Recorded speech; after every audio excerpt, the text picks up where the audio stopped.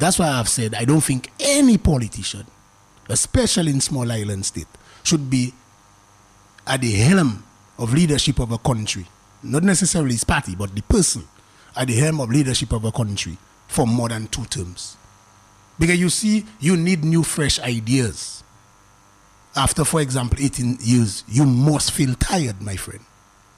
You need a fresh pair of legs, new eyes to look at things differently. What new can you do after 18 years? In politics, you yourself need to ask yourself a question. And if, for example, you are there for 18 years in a party, leading a party, and you cannot find no one within your party, something is wrong with you as a person in terms of leadership and management. That means you are not grooming people. You're not empowering them. And then now what happens is the country suffers. The country is not benefiting from new brains that has an ability and experience because no fresh blood is coming in. And sometimes what we do now, we take the state resources to ensure that we stay in power. And in business, we say there is a moral hazard. After 18 years of Labour Party administration in office, instead people blame Labour Party for the lack of effective management of the economy and the country. They blame the opposition. But the opposition has not been in office for 18 years. As a matter of fact, I was not involved in politics.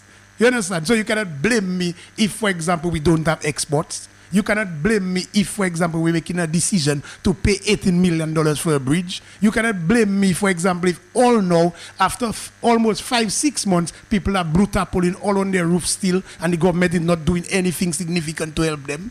You understand? So you have to blame the government. The ministry or the portfolio assigned to me is a very challenging one. But I'm committed to work hard to achieve the goals and the vision as outlined by the Prime Minister to become the first climate resilient country in the world. I think this is commendable and visionary. I also would like to tell the world that even in the political arena, you may have opponents. But even when you are a person opponent, but you admire that person, you have to show the respect. I admire the Prime Minister.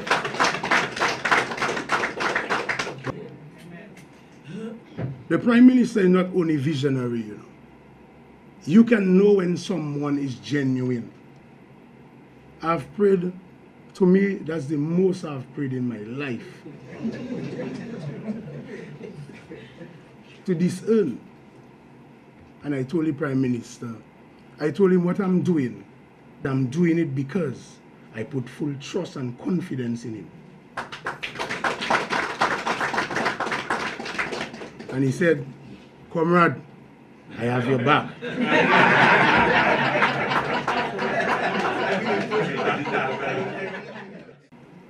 It's all about love for country and love for people.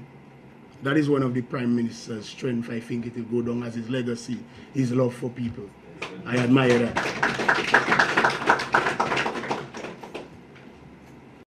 He has gotten an opportunity as a Minister of Tourism, and every time it's excuse after excuse. Failed miserably. Show me something that he has done. Post him for me. Show me what he has done. He has done zilch for Roseau.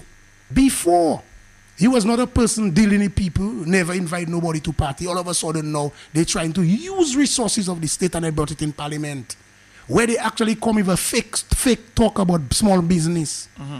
Trying to get people to support them through a fake small business strategy, where they promising people and have you promising you for 3-4 years, so that they can drag you along just before election to give you the money. So this talk about he is doing work, he is on an approach that I spoke about earlier, and I didn't want to say to target anybody. So it's like a bribe. It's a bribe early. So because tell me where... It's a bribe for votes. Yes. Tell me what he has done. Not just come and tell me, you bribe some fellas, promise some fellas something, and hear that some of our key supporters organize them even like a scholarship for their daughter or their son, and then now promise them, okay, we'll give you 25,000 or whatever. and then get them to get a little cool and quiet, and that is the work you're doing? People need to face it fair and square. He's not doing anything for Roseau that we can talk about. I would like to commend the Honorable Robert Tong for the work which he has done so far.